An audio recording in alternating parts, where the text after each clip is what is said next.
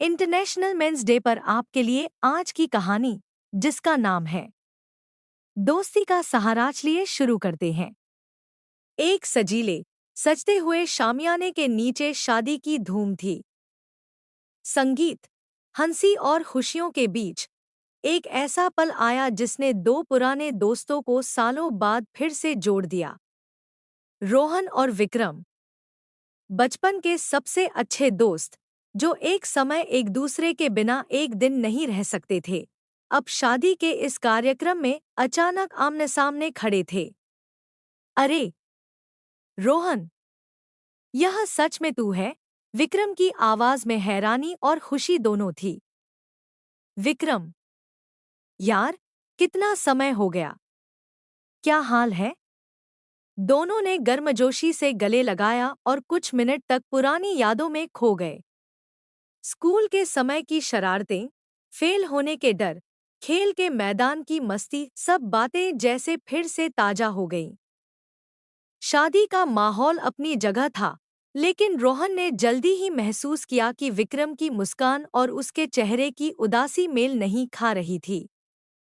उसकी आंखें थकी हुई थीं और वह बातचीत के दौरान अक्सर अपनी नजरें झुका लेता था। क्या बात है, विक्रम? तू कुछ बदला सा लग रहा है। सब ठीक है, रोहन ने हौले से पूछा। अरे, सब बढ़िया है, रोहन।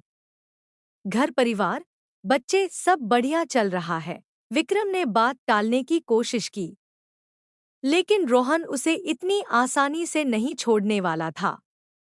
देख, मुझे बेवकूफ मत बना। तेरी आंखें कुछ और कह रही हैं। तू पहले जैसा नहीं लग रहा। अगर कोई बात है, तो बता। मैं हूं यहाँ।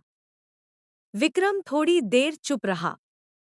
फिर एक हल्की हंसी के साथ बोला, तू तो अभी भी वैसा ही है, सबकी टांग खींचने वाला। और तू भी वैसा ही है, दिल की बात छुपाने वाला। लेकिन मैं तुझे इतनी आसानी से जाने नहीं दूंगा। रोहन ने विक्रम से उसकी दिनचर्या और परिवार के बारे में पूछना शुरू किया।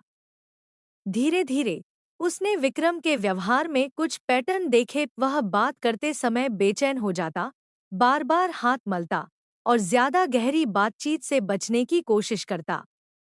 देख विक्रम, मैं डॉक्टर नहीं हूँ, लेकिन मुझे ऐसा लगता है कि तू कहीं ना कहीं खुद को दबाव में महसूस कर रहा है। यह सब मेरे लिए नया नहीं है।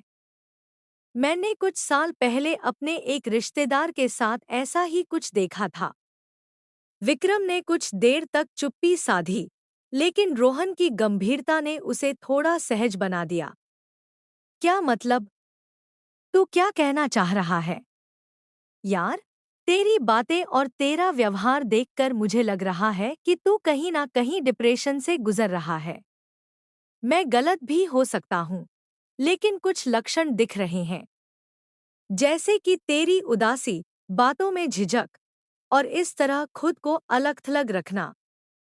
विक्रम के चेहरे पर एक हल्की सी मुस्कान आई, लेकिन उसकी आंखों में कुछ और था।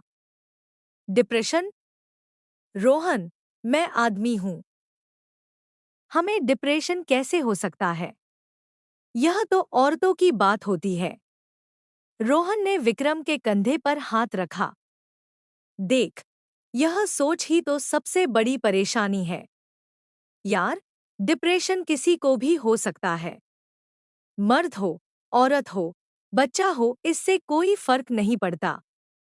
और यह कमजोरी की निशानी नहीं है। यह तो बस हमारे दिमाग की एक स्थिति है, जैसे शरीर में कोई बीमारी हो। विक्रम थोड़ा असहज हुआ, लेकिन उसने मान लिया कि रोहन सही कह रहा है। उसने धीरे धीरे अपनी कहानी बताना शुरू किया। रोहन, शादी के बाद सब कुछ सही लग रहा था, लेकिन धीरे धीरे मेरी बीवी के स्वभाव के कारण मैं खुद को असहज महसूस करने लगा। वह छोटी छोटी बातों पर गुस्सा करती, हर चीज पर नकारात्मक प्रतिक्रिया देती और मुझे हमेशा यह महसूस कराती कि मैं किसी काम का नहीं हूँ। उसका इरादा शायद ऐसा नहीं होगा, लेकिन उसकी बातों ने मुझे अंदर से कमजोर बना दिया।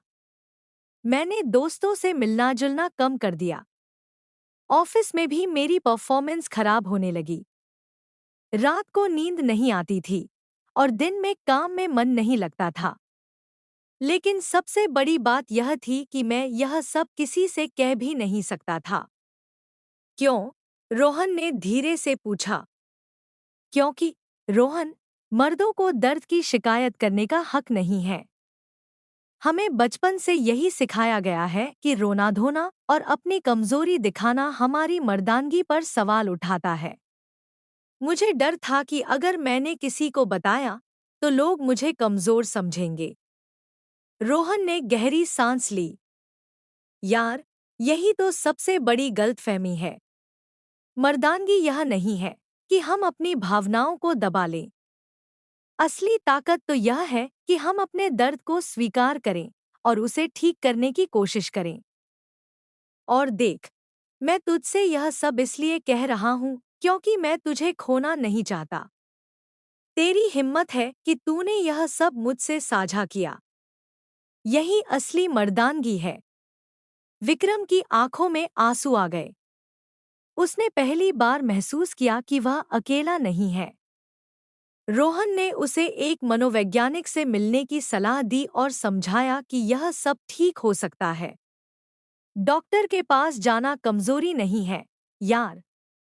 जैसे शरीर की बीमारी के लिए हम डॉक्टर के पास जाते हैं, वैसे ही दिमाग की बीमारी के लिए भी जाना चाहिए।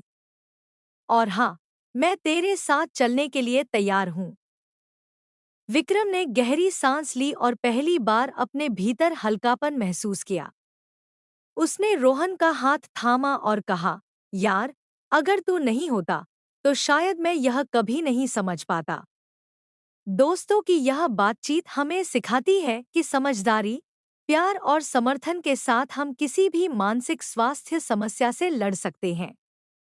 यह कहानी बताती है कि दोस्तों और परिवार का साथ हर मुश्किल घड़ी में हमें संभाल सकता है।